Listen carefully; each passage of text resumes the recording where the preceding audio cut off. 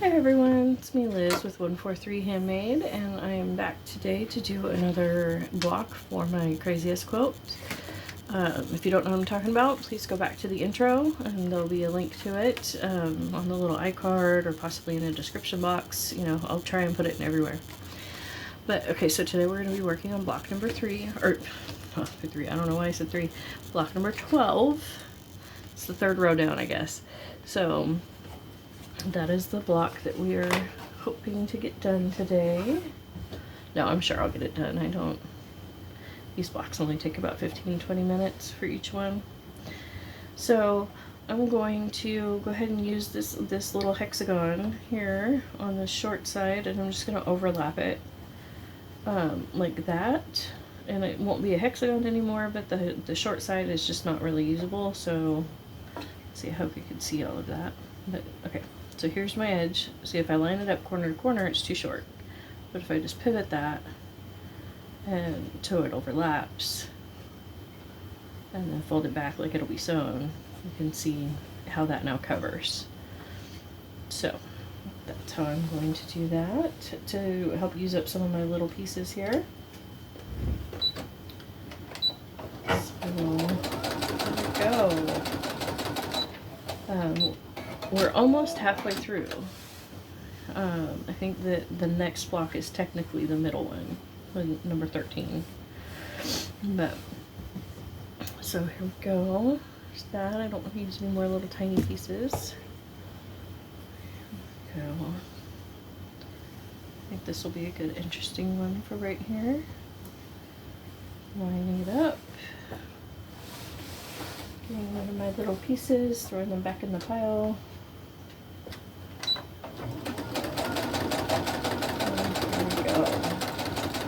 I hope everything's wonderful with you all out there. And don't forget that you can go back and see all of the progress. I've done every single block on camera. So that way you will get to see the entire quilt making process. This is just one method. There's so many different methods of how to quilt out there that, you know, you got to watch a bunch of videos pretty much at this point, or talk to a bunch of different people and find the method that works for you, because there's so many options. See, like this would drive some people nuts, the fact that this does not have a nice cut straight edge anywhere, and they'd have to go over to their cutting mat and cut it.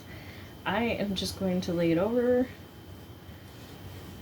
And see, I can feel, especially because this is a fairly thick fabric, I can feel where the fabrics are underneath there, and I'm just going to use my finger to help guide. So that's where I need to start. Line it up a little better. And honestly, it would be easier if I took the time to go and mark it. You know, trim that fabric back. A straight line, you know, things of that nature. Hang on.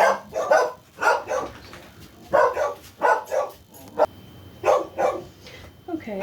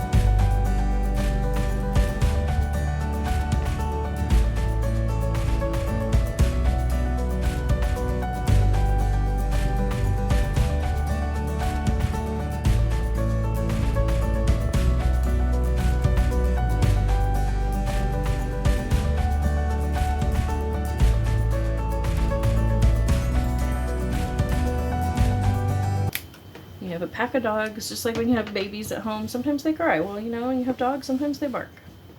Hi, my lady. Please don't step on my project. Thank you. Nope, nope. Back. Okay. So I'm gonna grab my little bits off the top. Let's see, because I don't think I have any more edges, short edges. Ooh, that one'll just work if I bring this back just angle that ever so slightly. So here we go. You notice I am not paying attention to colors. I am not picking and choosing, you know, types of fabric or anything like that. This is all just, will it fit? Will it cover? Hang on, I am gonna go check on the dogs one more time.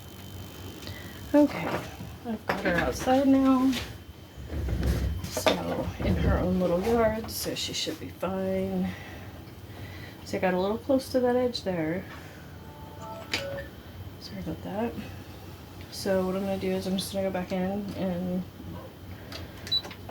you know, take a seam a little bit further in. That's totally fine. You know, during the learning process, do what you got to do. And even experts make mistakes. Even if you've made a million quilts, you know, you're going to occasionally make a mistake, you know, and have to fix it. So, let's see, continuing to turn in this counterclockwise position, or direction, I mean. Let's see. There we go. Like a Sue. But yeah, as I was saying, you know, I'm not looking for, you know, does it match color-wise. All of these fabrics are, can be washed the same way. So I don't have to worry about that. My lady, scooch. So all the fabric in this, in my pile here, because it can all be washed the same way, I don't need to worry about which ones I grab. It's literally just about, will it fit? You know, is something long enough to go from point A to point B that I need it to? And this one's, you know, a little bit wider than that, so let's see, it's a little too big. It's a little on the long side. That's okay. I don't know if I have anything quite the right size, so I'm gonna go ahead and just go with this one. Now this is a fabric that I do switch over to a zigzag stitch for because it frays so badly. But I love using it. It's a crushed velvet. And it holds up really, really well in the wash. I don't wash these blankets excessively. Like, I will try and just spot wash them and then hang dry when I can. But I do go ahead and throw these crazy quilts through the washing machine. I have pets, and the pets will be on them, so they need to be fully washable. And they are. So, which is also why I don't do a huge amount of embroidery work on them, because the cats and the dogs, they end up pulling on those strings quite a bit. So, I am going to go ahead and trim off this pansy because I absolutely love this fabric, so I don't want to lose it to being hidden under there. The flame fabric, I'm not going to worry about. That just adds a little bit of weight to the blanket, and I'm just going to ignore that. Okay, now spin and finger press, and now I have a section about that long. And so I will come over here to my scraps, and just the first thing that I grab that is long enough, that's what I will use. So, unless it's just too big or whatever. This one's plenty, you know, it is too big, but I can trim it and that'll still be a usable piece. So, but I'm going to take it back to the straight stitch. This fabric, this is flannel, and so I don't need the zigzag stitch to secure it from fraying. It holds up really nicely. And so this piece is in fact big enough to be used elsewhere, so it goes back in the pile.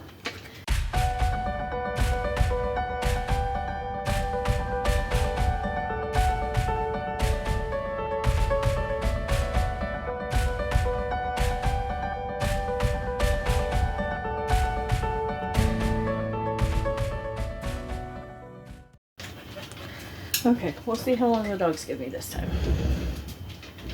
And I got a little wonky on that seam there, so I'm gonna go ahead and reinforce it.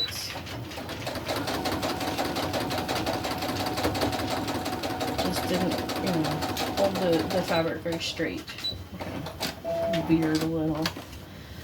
So I wanted to straighten that out. There we go. Yep, and I already trimmed that one.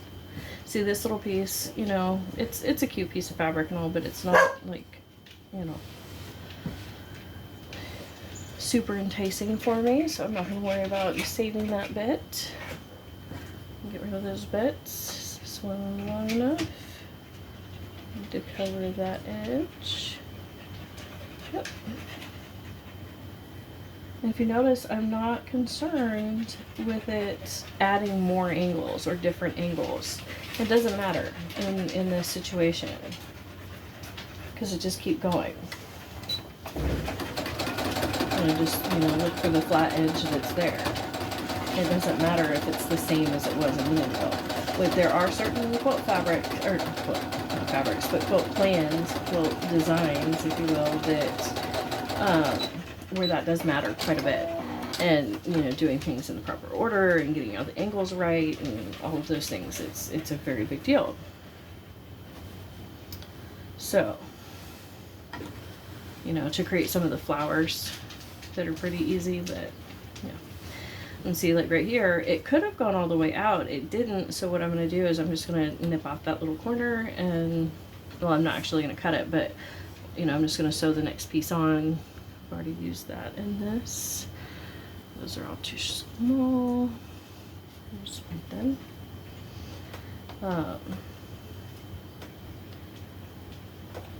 Let's see, and just create another angle over here on the side.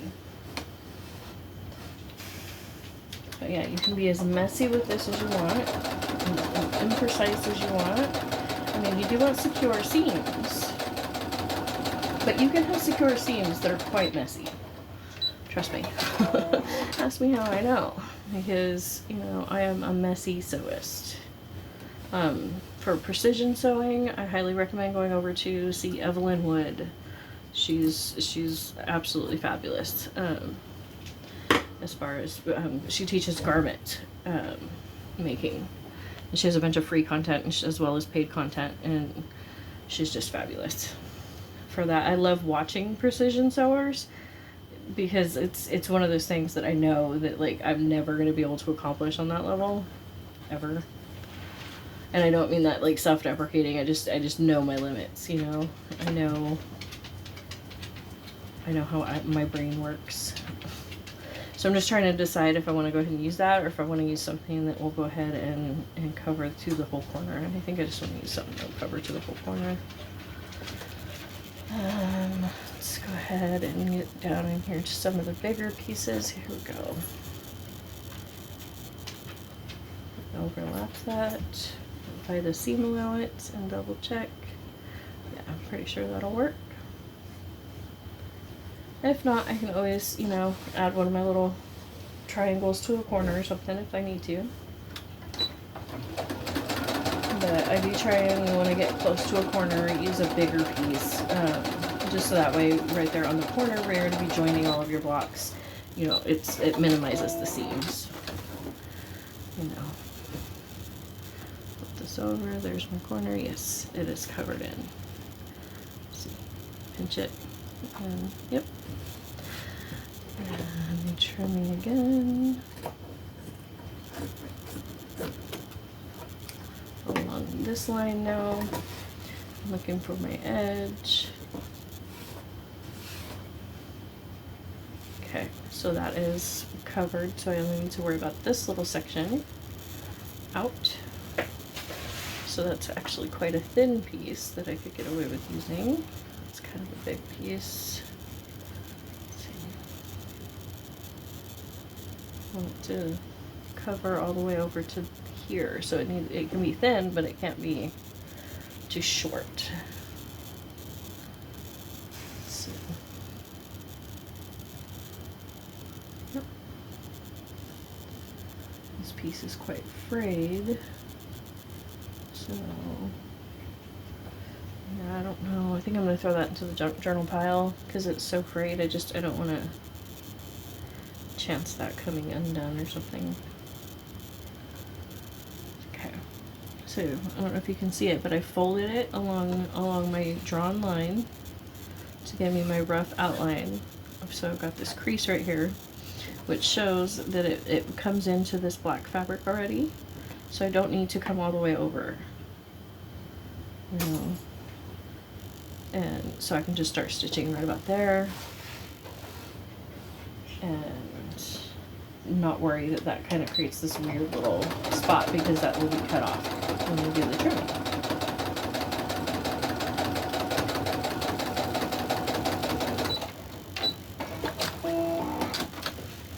So let me know what you think of this series so far. We've got about halfway done. So do you think filming every single block is good? Do you think that, you know, fast forwarding the videos would be good? You know, any tips that you think that, you know, I would benefit from, please share. Okay.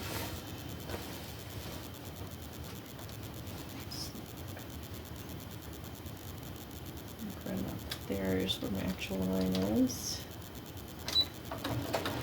So there's no reason to sew all the way from the edge. You know, just have to rip out those stitches when I cut that fabric free. I really like using the foundation when I'm making these crazy quilts. It really helps to, I think, keep everything the same size. You know, when you're dealing with such random pieces and whatnot, it can be really easy to you know, get it wonky. And so by using the squares, it helps keep everything nice and straight and flat as you go. Okay. And I just realized that now I'm turning, I turned the other way. You know, I had been turning just the one direction and now I'm spinning it the other way. I don't know when that happened or why. Like, there's no rhyme or reason. Like I said, it just happens. Things like that just occur. It's not a big deal. Okay, so there's my line that I need to fill. So I need something a little bit wider than that. Okay, those are a bunch of little pieces. I think I need to do some more just crumb piecing, where I just take my little bits and turn them into larger fabric. So, for this project, because I'm running out of good sized pieces. I have a lot of little stuff, but not so much on the big pieces, especially for the corners. If I do go ahead and do that, I will make sure to do it on camera. You will see it. It will be its own episode probably. Yeah, let's see how that covers that whole corner nicely. This one doesn't need to cover the corner. So let's use this piece. As long as that goes all the way past where the edge is. Go ahead and fold on that line. Give myself that crease to kind of work with. Yeah, that'll be fine.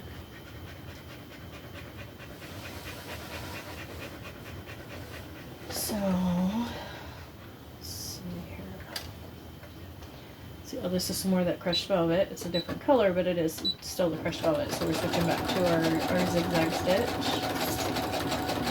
I have it on a quite wide zigzag stitch. You probably don't need it on quite that wide of one, but I don't want to change it mid-seam.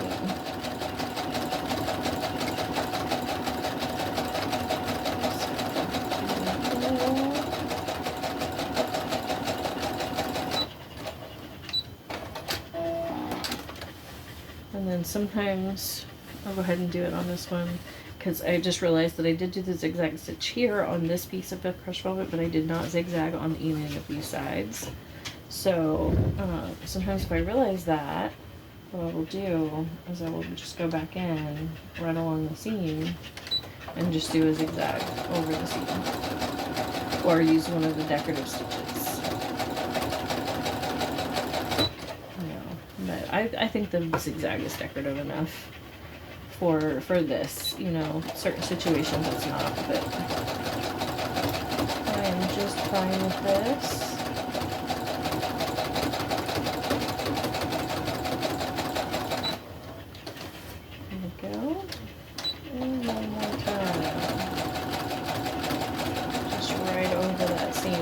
because that'll make it to where that frame is just not an issue.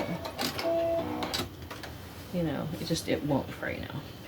So, okay, I'm back over here to this side. Now, okay, I have just this little bit left, but I think what I'm actually going to do is switch and come and do this side and get this all the way done. No, actually, no, I'm going to go ahead and just do this little bit. But, you know, little decisions. You got to make a bunch of little decisions. Okay.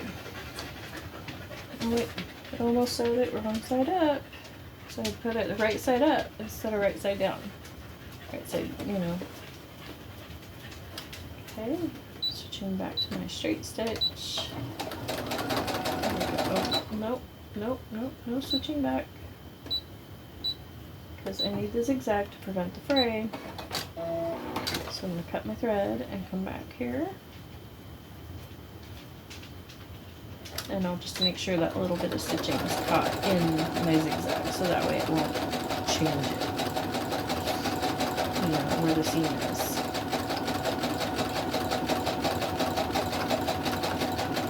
Okay. This one's taking a while because I'm using a lot of little pieces and the dogs are being very distracting this time. But I think most of the time these blocks only take about 15 or 20 minutes. So, let's see. Find my edge.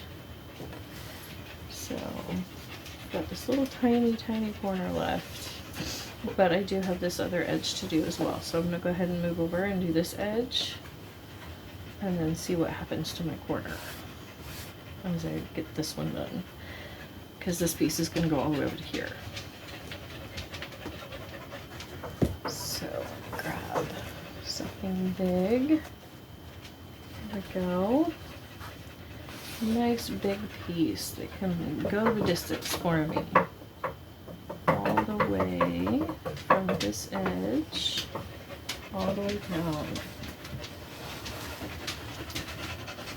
This is my grunty girl. Hello, you baby. No, I'm not taking you back outside right now. It's too hot. So, there we go. And switch back to my straight stitch. And there we go.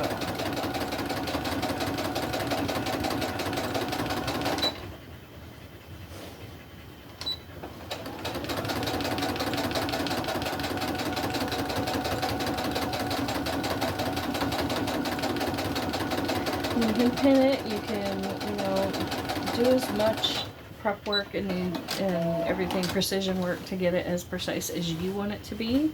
Like I said, I am a messy sewer, so I am not at all worried about it. So, but I do have all of these stitches from this stitch line out that I don't need. So I'm going to come over here onto the back, and it's a nice big zigzag stitch. So I'm just going to run my seam ripper right under those stitches real quick. And because I have that seam line there, I know how far to go. And there we go. That's free. And I can nip these bits off. Again, for this one will probably be junk journal piece. This one I'll probably use in this quilt still. I don't know. It's right on the verge. This one I'm just trimming because it's right on the edge and I don't want that bulk there. So, okay, and then we flip this over, and that will definitely go.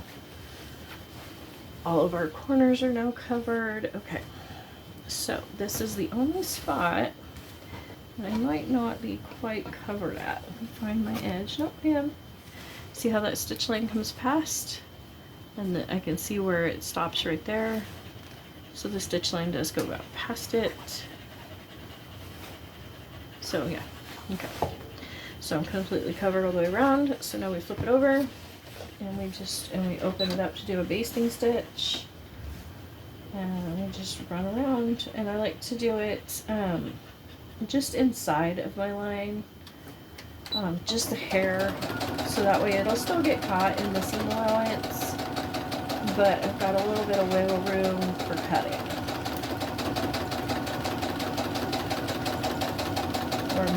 Where my fabric will still be tacked down for me. Because that's the whole point in doing the stitch, is to keep the fabric tacked down and in place so it doesn't fray and everything while you're waiting to, you know, put all your squares together, make it an actual blanket while it's in storage. But here we go. And double checking my stitch line all the way around. So this was the edge I was a little concerned about, but look at how little of this gray is actually going to be in there. Because here's the stitch line. I love when it ends up being super small like that. See, in like this piece here, I didn't plan to have this piece angled. I thought I had it pretty straight, but you can see how it must have angled because this was a flat piece. But that looks so much cooler than if it had gone on straight, so that's fine. You know, and this comes around. Yep, this cuts that corner. So yeah, that'll be fine. I do see a little tiny hole in this fabric. So what I'm going to do is dig around in my scraps here and find a small pretty piece. Let's see. Maybe, yeah, let's grab one of these hexagons. And here we go. And I'm going to keep it away from the edge so that way it doesn't add bulk, you know, when I go to sew these together. And then I'm just going to go ahead and stitch this on. And I like the raw edge applique look. And the strings hanging and everything else, so I'm just gonna go down each side and cut the thread. And yeah, I know I'm dumping fabric all over the floor. I mean, super messy. It's okay. It's okay. I will pick it up in a minute.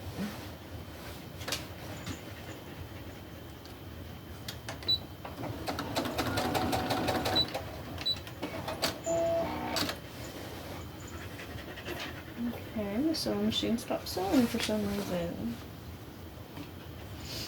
That's odd.